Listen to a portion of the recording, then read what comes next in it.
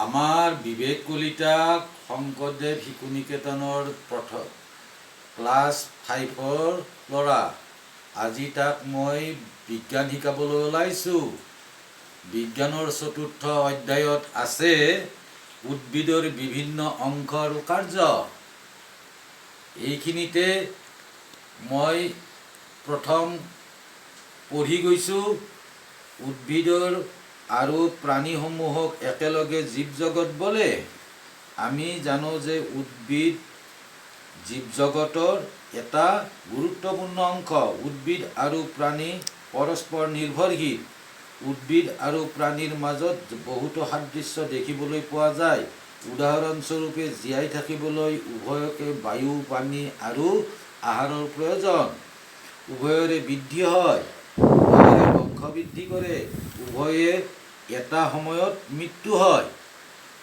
এতিয়া এইখিনিতে মই দুটা প্ৰশ্ন কৰিবলৈ ওলাইছোঁ। প্ৰথম কথা হৈছে জীৱ জগত কাক বোলে? জীৱ জগত বুলিলে প্ৰাণী আৰু উদ্ভিদ একেলগে দুয়োটাকে একেলগে জীৱ জগত বুলি কোৱা হয়। ঠিক তেনেকৈ আৰু এটা প্ৰশ্ন কৰিব পাৰে যে প্ৰাণী আৰু উদ্ভিদৰ মাজত কি কি সাদৃশ্য দেখিবলৈ পোৱা যায়? কি কি সাদৃশ্য? যে উদ্ভিদ আৰু প্ৰাণী দুয়োটাকে বায়ু, পানী আৰু আহাৰৰ প্ৰয়োজন। ঠিক তেনেকৈ উদ্ভিদ আৰু প্ৰাণী উভয়ৰে বৃদ্ধি হয়। অৰ্থাৎ বৃদ্ধি মানে এটা সময়ত সৰু, তাৰপিছত ই গৈ গৈ গৈ গৈ ডাঙৰ হয়। সৰু গছ পুলিটো এটা সময়ত ডাঙৰ গছ হ'ব। ঠিক তেনেকৈ সৰু গৰু পোৱালিটো এটা সময়ত যায় ডাঙৰ গৰু হ'ব। তোমালোক আজি সৰু আছা, এটা সময়ত গৈ তহঁতে ডাঙৰ হ'বা। ঠিক তেনেকৈ উদ্ভিদৰো আৰু প্ৰাণীৰো এটা সময়ত বৃদ্ধি হয়। ঠিক তেনেকৈ বংশ বৃদ্ধি হয়। অৰ্থাৎ এটা গছ পুলিৰ পৰা এডাল গছে এটা গছ পুলি হয়, গুটিৰ পৰা গছ পুলি হ'লে আৰু সেইটোৰ পৰা বহুত গৈ থাকে, ক্ৰমান্বয়ে বৃদ্ধি হৈ যাই থাকে, বংশ বৃদ্ধি। ঠিক তেনেকৈ জীৱ জগতেও বংশ বৃদ্ধি কৰে।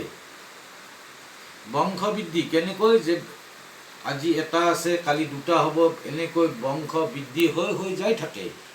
তাৰ উপৰিও আৰু এটা বস্তুৰ সাদৃশ্য দেখিবলৈ পোৱা যায়, সেইটো হৈছে উদ্ভিদৰো এটা সময়ত মৃত্যু হয় আৰু প্ৰাণীৰো হয়। গতিকে উদ্ভিদ আৰু প্ৰাণী দুয়োটাই এটা সময়ত মৃত্যু হয়, অৰ্থাৎ মৰি নিশেষ হৈ যায়। এইখিনি তহঁতক প্ৰশ্ন আকাৰে সুধিব পাৰে, প্ৰশ্ন আকাৰে আহিব পাৰে। গতিকে মনত ৰাখিবা, দুটা প্ৰশ্ন পালোঁ আমি। জীৱ জগত কাক বোলে আৰু উদ্ভিদ আৰু প্ৰাণীৰ সাদৃশ্য কি? সহজ কথা, লগে লগে মনত ৰাখিব পাৰি। উদ্ভিদ আৰু প্ৰাণী দুয়োটাকে বায়ু, পানী আৰু আহাৰৰ প্ৰয়োজন। ঠিক তেনেকৈ ইহঁতৰ বংশ বৃদ্ধি হয় আৰু উভয়ৰে কি হয়? বৃদ্ধি হয়, সৰুৰ পৰা ডাঙৰ হয়। তাৰ উপৰিও এটা সময়ত দুয়োটাৰে মৃত্যু হয়। এই দুটা প্ৰশ্ন ভালদৰে মনত ৰাখিবা, পৰীক্ষাত আহি যাব। এইবাৰ আমি দ্বিতীয়বাৰ গৈছোঁ, তাৰপিছত আৰু কি কি আছে কিতাপত মই এইখিনি পঢ়ুৱাম।